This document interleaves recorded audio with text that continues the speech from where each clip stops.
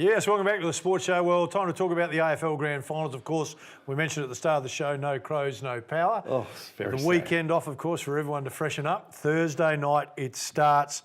September the 6th at the MCG. Now, before I get to it, do you like Thursday night finals footy?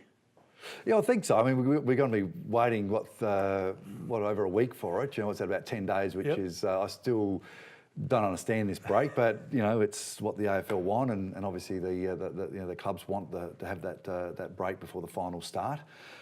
So we'll be hanging out for that game, Phil. We'll be hanging out for it. So Thursday night footy, you don't bring mind. it on. All right, let's have a look. Richmond sit in first spot, Hawthorn in fourth at the MCG, which has been a fortress for Richmond. The form coming in the last 5 games, both teams have won their last 5. They met back in round 3. Richmond won that one 15-12, 102 to 13-11. 89. I think even Alistair Clarkson, when I've seen him in interviews, most of them are surprised that they finished in 4th spot. But we know Clarko is the master. He's the around master. Finals time. Yeah. Interesting because you've got Clarko, and of course Damien Hardwick was an apprentice under him as an assistant coach, now going against each other, still good friends. Which way does this one go? Oh, look, I think Richmond have got the talent and their structure all year. You know, it's basically not even been rattled. You know, I think Hawthorn are finally getting into a run that's beautiful to take into a finals campaign. But Richmond have won a flag. You know, so they're not really. I think it'd be intimidating if they were playing a side that might just come into the finals and they're having this breakout year, perhaps Richmond last year.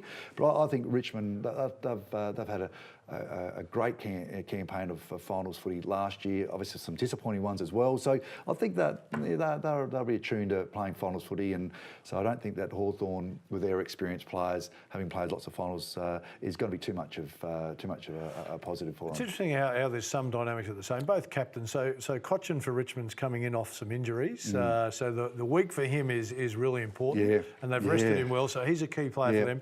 Roughhead sat down with Clarko and finally agreed to go on next year. So there was a lot of talk whether Hawthorn would re-sign him. So he's going to be more settled. Just interesting that both captains come in more settled, whether that has any impact on the end result. Well, look, when you look at that week's break, I mean, both of them have just gone, how good is this? You know, it's perfect, isn't it? It's perfect for both of them. And look, they're both so influential in their leadership, but also as players, you know. So, you know, they're going to be, cheer up to go on Thursday. It's going to be a cracker game, but I just think, you know, Richmond a bit too good. All right, Friday night at the MCG, Melbourne in 5th spot, Geelong in 8th.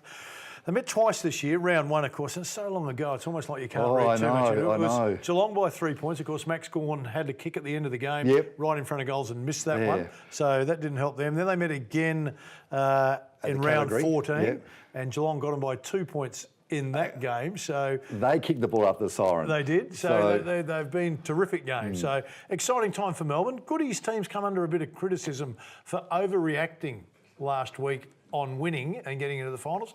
I didn't see it. Oh, look, I thought it was fantastic. I didn't see it. I know. So I'd be jumping up. to get in. I'd be jumping up for joy and just seeing, you know, all that hard work with playing finals. It's what it's all about. The club hasn't been there for, well, I think, over a dozen years, and they're going to be exciting. They're playing a great brand of footy. I don't think too many picked them over for the last 2 games, and they won tick both of them. Their engine's very good. They work hard for each other, and that's what we were sort of talking about previously about, you know, probably not working hard enough for each other the last 4 weeks. This side's running hard for each other. They'll be hard to beat. Maxi Gawn up against Picard. He's had the better of him in games. Have Geelong got someone, or has anyone got someone? I mean, he's the big Brownlow tip at the moment. But it's not just his ruck work. His behind play is outstanding at the moment. I mean, you know, he runs around like he's 5'10". You know, and there's going to be, and he's that excited about finals. You see him jumping for joy when they won as well. It wasn't, you know, you're seeing a bloke 6'9", you know, jumping for joy like his first day at school. It's great. It's great energy. It's great energy. He looks a bit like Ned Kelly trying to get away from the police, doesn't he? Run around that quick. Saturday at the SCG, your old team that Roosie had, of course, not anymore, but they know how to get it done in the finals. Sydney sit in 6th spot. The GWS in 7th. They met twice this year, round 3 and round 21. Sydney by 16 points in round 3 and by 20 in round 21.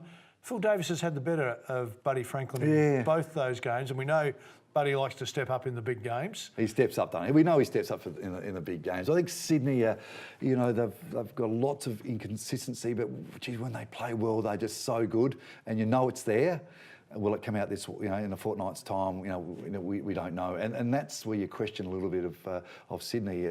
When they're rattled, they look rattled. Yep. Not of what when we're talking Roosie's era and probably the eras of a few years ago, but Greater Western Sydney's they're probably the inconsistencies probably because of injuries during games. Yes. They end up sitting, Seventh spot. unfortunately. They've got a lot of they've- people back, but first elimination final for GWS. Sydney have played in 5 and won 4. So what you were talking about before, if you go in having done it before, there's a comfort in that, isn't There there? is a comfort in it. There's no question there. And Sydney know how to get it done. GWS have obviously been disappointed in their finals campaign over the last couple of years. They've just got to really have a look what they've done wrong previously. Because they haven't had good finals campaigns, and just make it happen.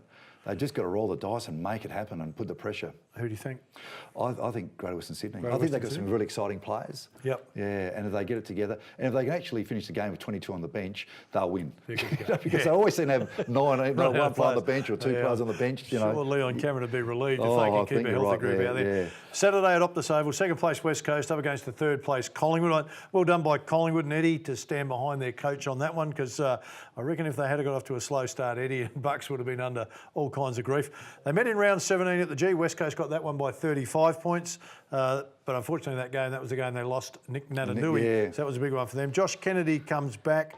He's a huge influence on the Eagles.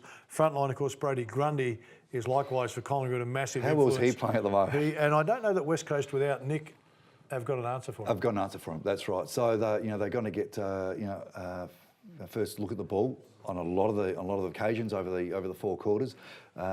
Which means the West Coast will be chasing. Advantage for West Coast at home, though? Definitely. Yep. There's no question there. Collingwood, I've heard the Collingwood players say, it was really funny, a couple of players interviewed said, we don't actually travel all that much. Yeah. But no surprise there. But in saying that, they said... Because Eddie does the draw. Yeah, the draw, but we've got no yeah. fear of going to play West Coast. Yeah. We have no fear.